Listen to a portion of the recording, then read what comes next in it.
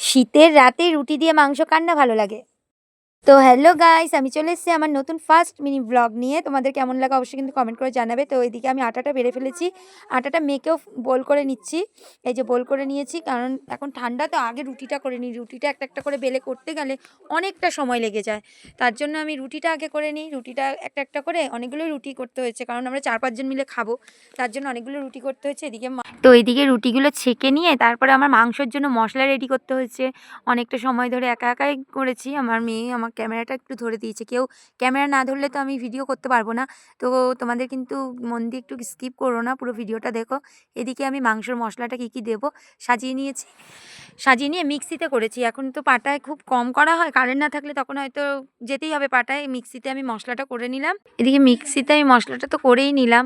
আবার কড়াইটাও বসিয়ে দিয়েছি গ্যাসের ওপরে। একটু গরম হওয়াতেই আমি অল্প তেল দিয়ে দিয়েছি। রাত্রেবেলা তো বেশি মাংস আনিনি, কিন্তু অল্পতেই হয়ে গেছে। এদিকে তেজপাতা, শুকনো লঙ্কা আর সাদা জিরে একটু ফোড়ন দিয়ে দিয়েছি। গরম হয়ে গেছে, দেখো অনেকটাই ধুয়ো ধুয়ো মতো উঠছে। তো এরপরে আমি পেঁয়াজ দিয়ে দেবো। পেঁয়াজটা হালকা একটু লাল করে ভাজা। তো পেঁয়াজটা আমি লাল করে ভেজে নিলাম। আগুনটা বাড়ানোই রয়েছে, ঠান্ডা তো, ঠান্ডার মধ্যে অল্প আগুন দিলেও না ভালো হচ্ছিল না। তাই আমি জোর করে গ্যাসটা বাড়িয়ে আমি রান্নাটা করছিলাম। পেঁয়াজটা দেখো নাড়া নাড়া দিয়ে বারবার নাড়াচ্ছিলাম যাতে পুড়ে না যায়। পেঁয়াজ তো অল্প সময় তাড়াতাড়ি ভাজা হয়ে যায়। তা লাল করে পেঁয়াজটা ভাজার পরে আমি আলুটা দিয়েই দিলাম এতে। আলুটা দিয়ে একটু নাড়াচাড়া করে আলুটাও যাতে লাল, লাল একটু হালকা ভাজা হয়ে যায়। আমি কিন্তু মানে মাখিয়ে বসাই না। অনেকেই দেখেছি মাখিয়ে বসায় একবারে। আমি মাখিয়ে করি না। এরকম করে ভাজার পরে আমি এর ওপরেই মাংসটা দেবো। মাংসটা দিয়ে কী করব? ভেজে ফেলবো একটু। আমার মেয়ে বলছে, "মা মাংস কিন্তু ভালো করছো না, কালার আসছে না। এদিকে তুমি মাংস রান্না করছো।" কাঁচা লঙ্কা দিয়েই করেছি। আমি বলছি, "দেখতে থাক না কি হয় দেখ।" তো এরপরে আমি কাঁচা টমেটোটাও দিয়ে দিয়েছি। আরেকটু ভাজা, ভাজা করব। ভাজার পরে আমি মসলা দিয়ে দিয়েছি। দেখো মসলাটাও দিয়ে দিলাম।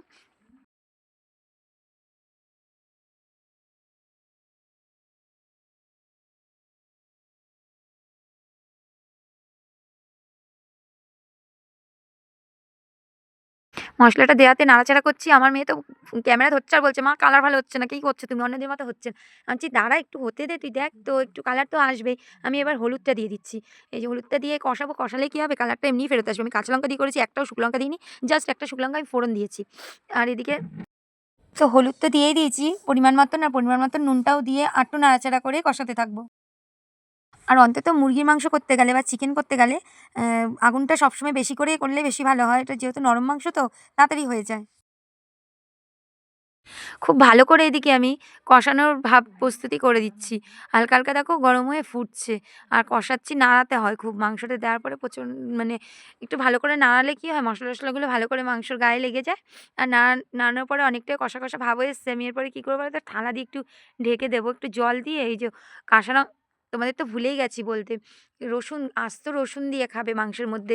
দেখবে রসুনটা খেতে এত স্বাদ। তোমাদের দাদাভাই আর আমার রিয়া এরা ভালোবাসে মাংসর মধ্যে রসুন দিলে। কষা মাংসের সাথে অন্তত। তো আমি রসুনগুলো দিয়ে একটু কষাচ্ছি আরটু।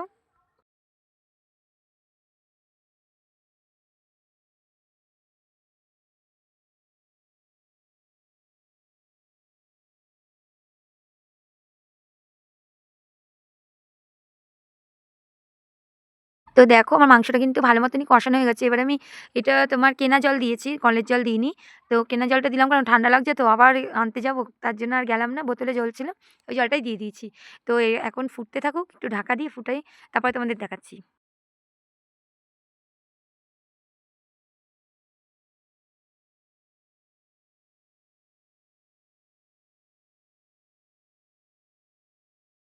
তো এদিকে দেখো কালারটা দেখেছো? অনেকটা অন্যরকম হয়ে গেছে, কিন্তু আরেকটু অন্যরকম হয়ে যাবে। এবার কি দেবো বলো তো? সানরাইজের শাহি গুঁড়ো গরম মসলা। আমার মেয়েকে বলছে যে, "মা একটু ভালো করে কিন্তু প্যাকেটটা দেখাও, কি কোম্পানির গরম মসলাটা দিচ্ছ?" তো সানরাইজ শাহি গুঁড়ো গরম মসলাটা দিয়ে দিলাম। এবার আরেকটু ফুটিয়ে শুকনো, শুকনো মানে কষা, কষা ভাব মতন হলেই নামিয়ে দেবো। যেহেতু আমরা রুটি খাবো তার জন্য ঝোল, ঝোল করিনি। কষা, কষাই করেছি।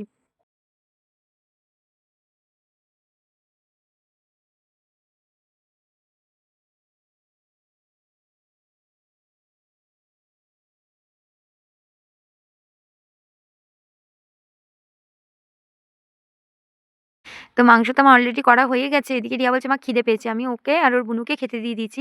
খেয়ে রিভিউটা তো ভালোই দিল। তোমাদের কেমন লাগলো অবশ্যই কিন্তু কমেন্ট করে জানিও। আর ভালো লাগলে একটা সাবস্ক্রাইব করে দিও। আর ফলো করার থাকলে ফলো করে দিও। বাই। আমার ছোট সোনুকেও কেমন লাগছে? আমিও খেয়ে কিন্তু সেই বলেছি। তো তোমরাও বাড়িতে একটু ট্রাই করে দেখতে পারো। ভিডিওটা ভালো লাগলে একটা লাইক করো। বাই।